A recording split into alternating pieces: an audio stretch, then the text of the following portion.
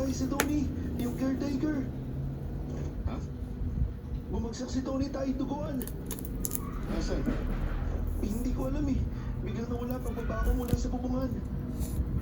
Baka nagawa pa niyan lumabas. May tricycle. Kuya!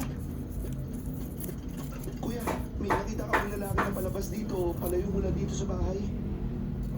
Wala naman. Bakit? Yung hardinero kasi dito na si Tony. Nakita kong bumagsak at parang duguan. Pero nung pinuntahan namin ni tatay, hindi na namin inabutan. Hardinero? Tony?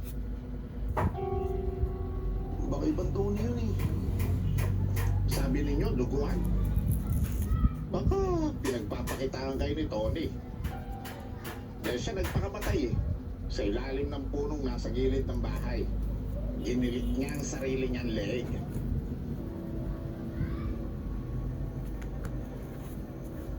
Kinilabutan ako, Sir Jupiter.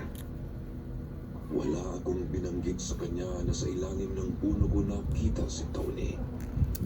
At naaalala kong umawak na siya sa liig bago ko siya nakitang tumumba. At yung dugo sa t-shirt niya ay nagmula nga sa liig.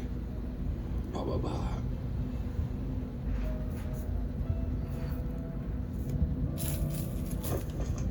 Ako si Miyong. Yung asawa ko, si Mayet. Dating katulong dyan. At yung nanay niya, yung dating mayordoma. Diyan ba kayo nakatira ngayon? Oo, kami ng tatay ko. Nanay ko si Vanessa Garcia. Si Miss Vanessa? Kasama niyo siya? Matagal nang namayapa ang misis ko. Ganun ba? Pero kung gusto niyo, isasama ko kayo sa amin para makausap ninyo si Mayet. Alam niya lahat ng mga naganap sa bahay na yan magmula nung hindi na umuwi si Miss Vanessa. Kinatatakutan ng bahay na yan dito eh. Marami talaga nagmumulto dyan.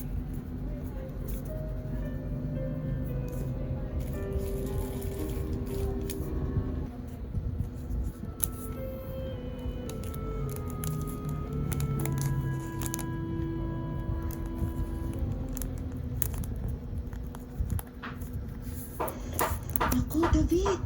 Kamukha mo si Miss Vanessa. Kaedad ko siya. At ang bait-bait niya sa amin noon. Mabait silang magkapatid kaya mahal sila ng lahat ng mga nagtatrabaho sa kanila. Mayordoma doon sa mansya ng nanay kong si Dolores. 15 anyos pa lang ako, naging katulong na ako doon sa malaking bahay ng pamilyang Garcia.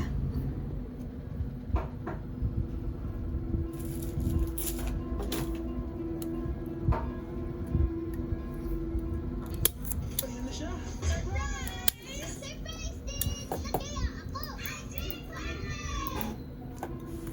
Ayon kay Mayet, 18 anyos raw siya nang makipagtanan ang nanay ko kay tatay.